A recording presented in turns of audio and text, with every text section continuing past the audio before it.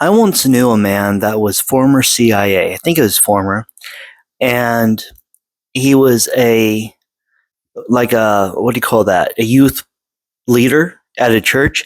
I'm not going to give you much details about him, but I'll tell you he was well over 60. Well over 60.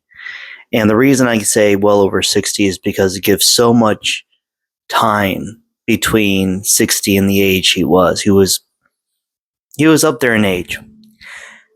We were up in Big Bear, where they filmed all the Disney movies back in the days. A lot of people here in Southern California know Big Bear very well. And there was a part where we had to climb the wall. And a lot of prior churches and youth groups and everything had gone there before.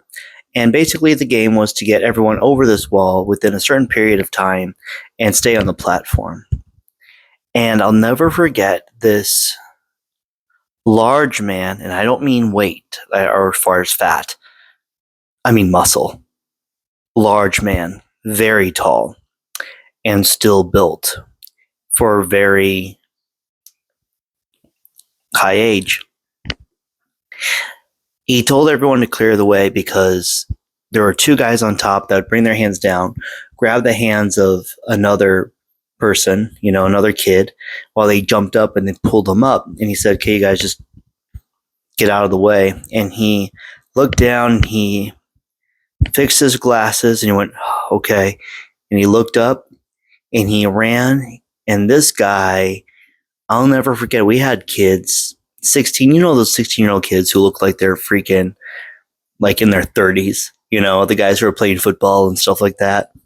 All these kids, I'll never forget the looks on everyone's faces and the freeze, how we just froze. It wasn't cheering, it wasn't any applaud or anything. It was just pure silence from the amazement.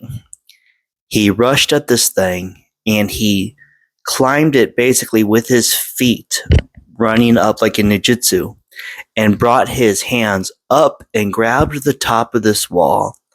I can't remember how tall it was, but I had a reputation for climbing walls, running, doing the ninjutsu moves, and I was very athletic.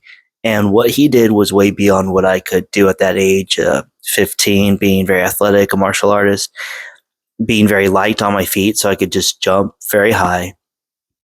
He grabbed the top of that wall and he lifted himself up, bringing his hands down to his stomach or his waist, right? And then he brought one hand basically over and the other hand was locked in, and he brought his feet. He threw his feet, and he didn't crawl over. He threw his feet up and over immediately.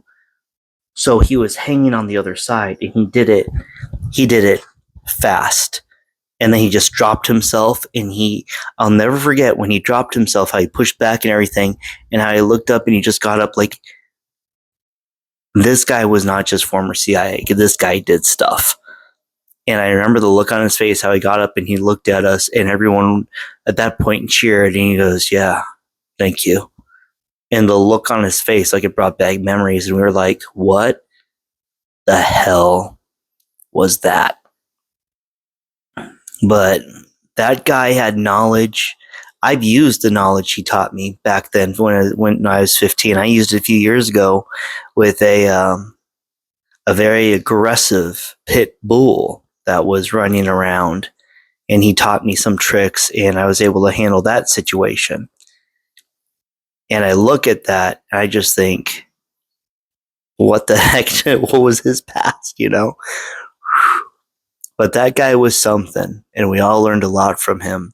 And it really opened up my eyes to the different types of training out there when it comes to the things that people in different levels of government learn. You have like Army, you have military, you have SEALs, you have Delta Force, which is very known right now. Everyone's talking about Delta Force now because, they're on the news with Venezuela.